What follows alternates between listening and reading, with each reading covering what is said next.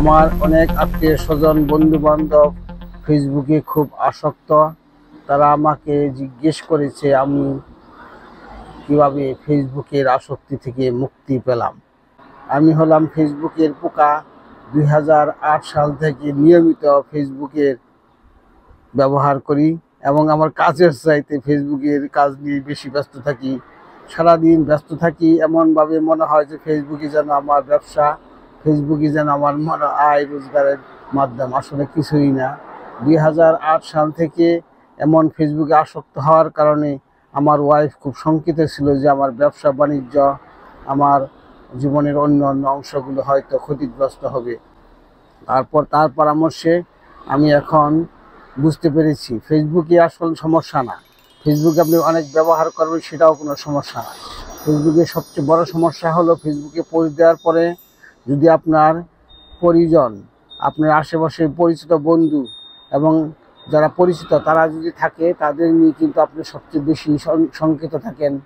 আমার এই পোস্টটা দেওয়ার পরে তাদের কি রিয়াকশন হবে, তারা কি ভালো বলবে না খারাপ বলবে, তারা কেমনভাবে নিবে জিনিসটা, এটা নিয়ে অনেকক্ষণ আমরা চিন্তা করি এবং অনেক সময় অনেকটা ভয়ার্তই থাকি আমরা। সেই ভয় থেকে মুক্তির জন্য আমাদের প্রথম ও প্রধান প্রয়োজন হলো যারা পরিচিত তাদেরকে লিস্ট থেকে রিমুভ করা, অথবা নতুন একটা পেজ বানায় যেখানে পোস্ট করবেন এবং তারা দেখবে না। মূলত হলো কি, ফার্স্ট লেভেল না, সেকেন্ড লেভেল না, থার্ড লেভেল না, ফোর্থ লেভেলের বন্ধু বান্ধবদেরকে যুক্ত করবেন। দেখবেন আপনি জনপ্রিয় হবেন। আপনার ভিতর যে ফেসবুক ব্যবহার করার ইমোশনগুলি আছে সেগুলিও নষ্ট হয়ে যাবে এবং পাশাপাশি আপনি ফেসবুকে যদি ভালো ভালো পোস্ট দেন, নিয়মিত পোস্ট দেন, সেখান থেকে মনিটাইজের মাধ্যমে কিন্তু অর্থ রোজগারও করতে পারেন। সুতরাং ফেসবুকে আমি মনে করি পরিচিত জনের বাহিরে আরেকটা পেজ বানানো উচিত, এখানে এমন কোনো কন্টেন্ট না দেওয়া যেসব কন্টেন্ট নিয়ে বিতর্ক হতে পারে অথবা আপনি নিজে ভয়ে আক্রান্ত হতে পারেন। আমি এই জিনিসটা প্রথম করতে পারিনি, এখন ধরেছি।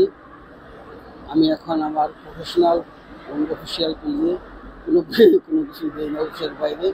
আর আমার বাংলা পেজ রয়েছে যেখানে আমি সমস্ত প্রকার মনের কথা, কবিতা, গল্প, যত টপিক আছে সব এখানে প্রকাশ করি এবং নিশ্চিন্ত থাকি আমার কেউ কিছু বলবে না।